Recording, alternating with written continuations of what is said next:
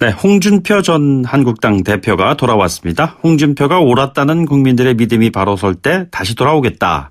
이렇게 얘기했었는데요. 어제 다시 시작하겠다. 현실 정치 복귀 선언을 했습니다. 일각에서는요, 홍준표 전 대표가 언제 정치를 그만둔 적이 있었느냐, 뭐 이런 이야기도 하고 있죠.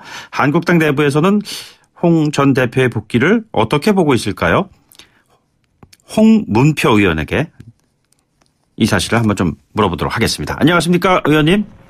네, 안녕하십니까. 네. 홍문표입니다. 네. 이름이 청취자 여러분들은 순간적으로 좀 헷갈리는 경우가 있을 것 같아가지고. 네네. 예, 지금 전화하시는 의원은 홍문표 의원이십니다.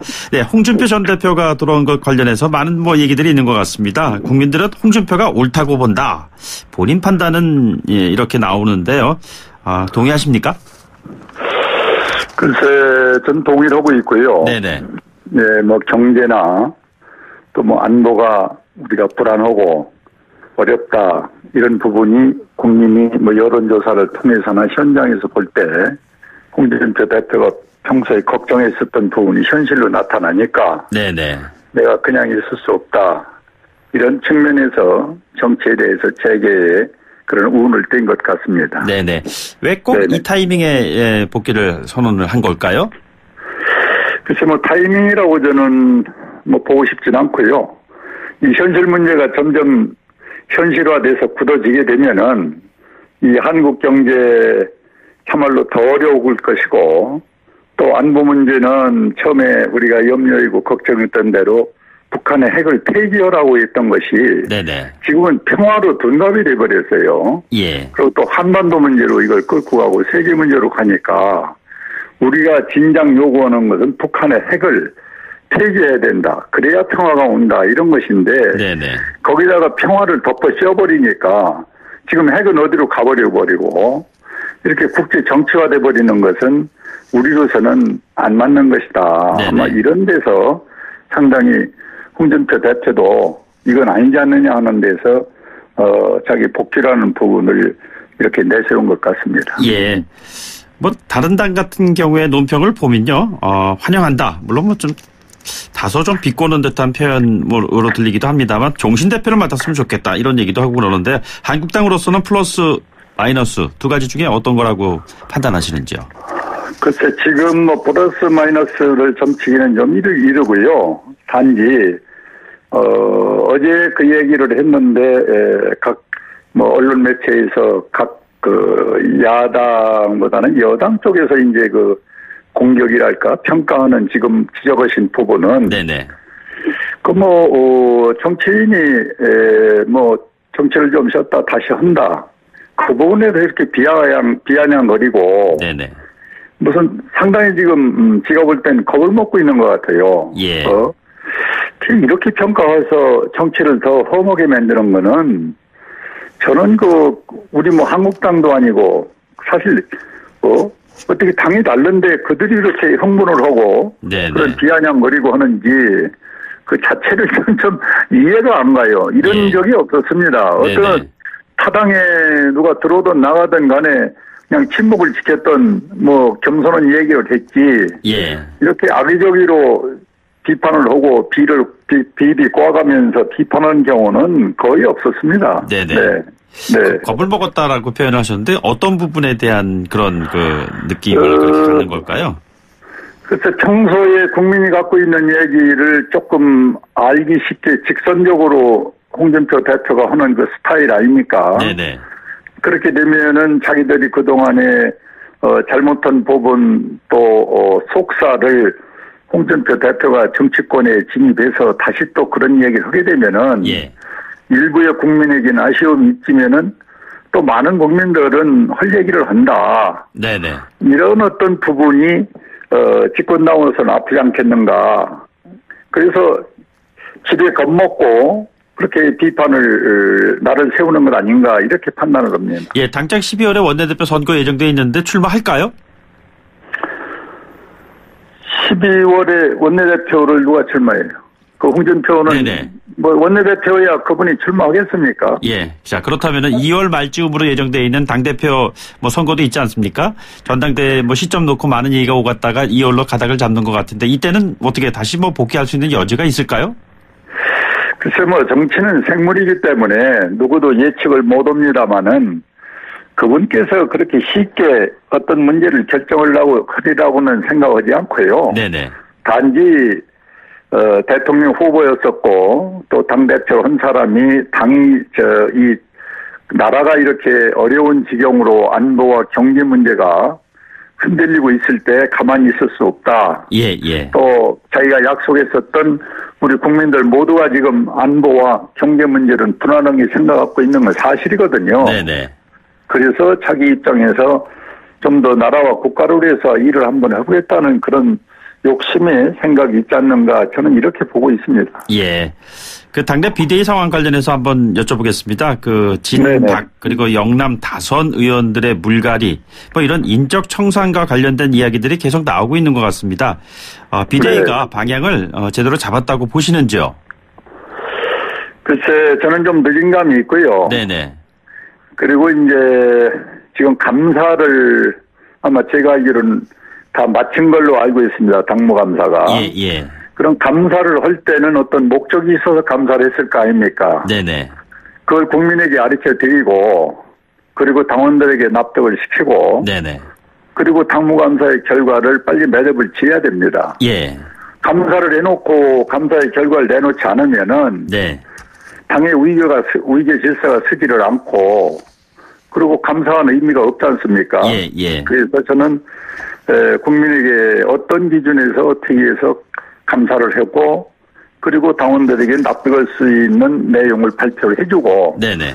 그리고 원칙을 세워주면은 뭐 국민이나 우리 당원들이 전 충분히 이해하리라고 봅니다. 그런데 지금같이 뭐 어떤 부분을 어떻게 뭐 도려내고 뭐 어떻게 하고 뭐 그렇게 이제 총설적인 얘기를 한 것 같은데 네네. 이제 구체적인 얘기를 아무래도 당에서 안 내놓겠습니까? 그건 좀 기다려볼 필요가 있다고 봅니다. 네네.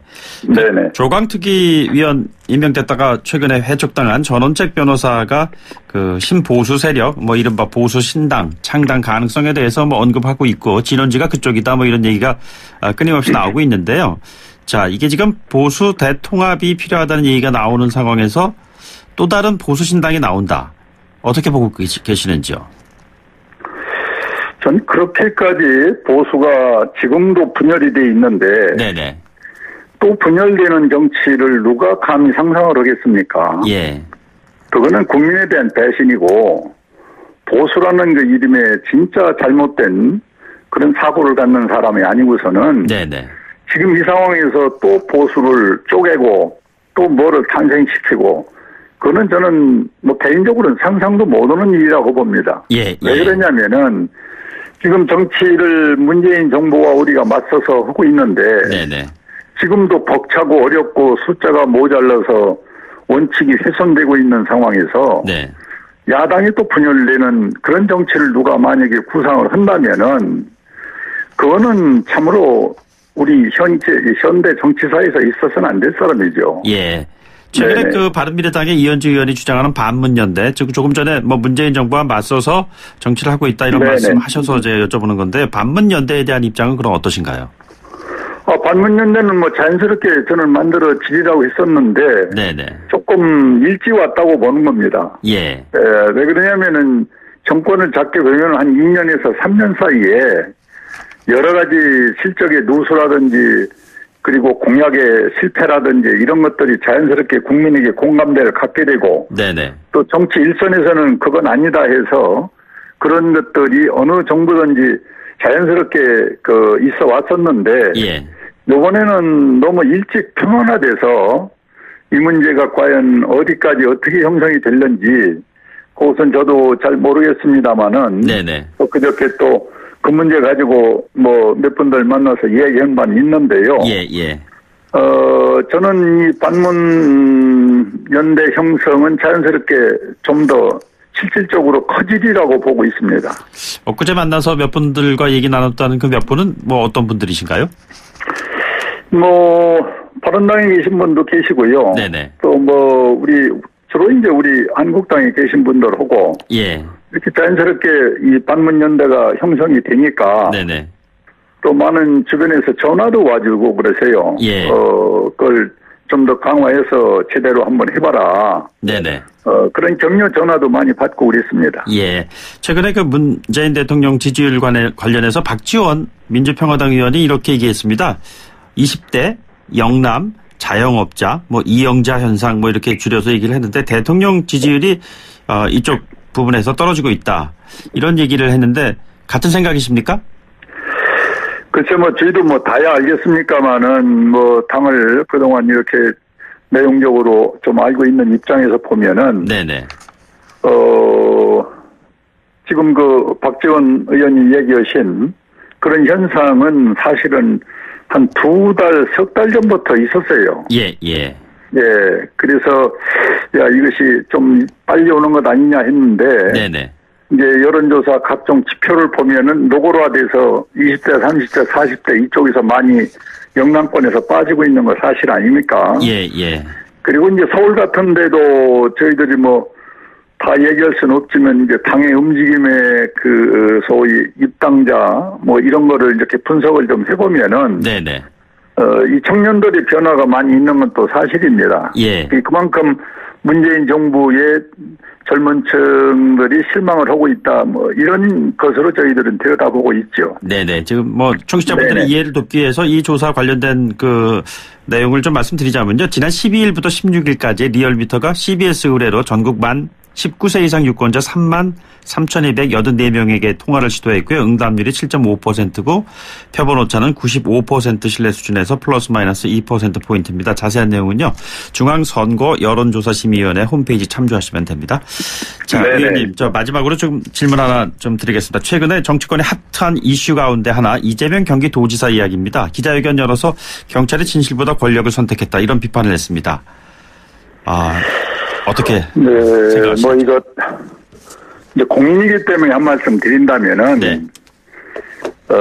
그리고 우리나라에서 가장 많은 조직에 또 가장 우리 민생 문제를 잘 알고 있고 또 법적인 문제도 가장 초보적인 문제를 다루고 있는 경찰이 네네. 수개월 동안 조사하고 여러 가지 판단해서 기소가 됐다면은 그 책임은 기소진 만큼 이 본인이 져야 됩니다. 예. 그리고 부부관계이기 때문에 그동안에 있었던 일을 부정을 한다든지 모른다든지 이렇게 핑계대고 넘어갈 일이 아니라 네네. 저는 일단은 민주당은 탈당을 해야 된다고 봅니다. 예. 그렇게 해서 재판을 기다린다든지 네네. 이렇게 순서를 가져야지 이 당이라는 걸 갖고 이번 도지사가 됐는데 예. 이런 흠집이 있고 문제가 있는 거를 그냥 덮어 넘어가는 민주당도 문제가 있고 네네. 그리고 본인은 살기 위해서 여러 가지 이야기를 하고 있습니다만은 이거는 국민들이 지금 그냥 넘어간다든지 네. 이건 묵과할 수 없는 전 현실이라고 보기 때문에 예. 민주당에서는 탈당 조치를 해야 되고 네네. 본인은 거취 표명을 빨리 하는 것이 예. 그분이 얘기하는 사회 정의라고 저는 보고 있습니다. 알겠습니다. 의원님 오늘 말씀 여기까지 듣죠. 고맙습니다. 네네. 지금까지 자유한국당의 홍문표 의원이었습니다. 1부 마치고요. 2부에 돌아오겠습니다.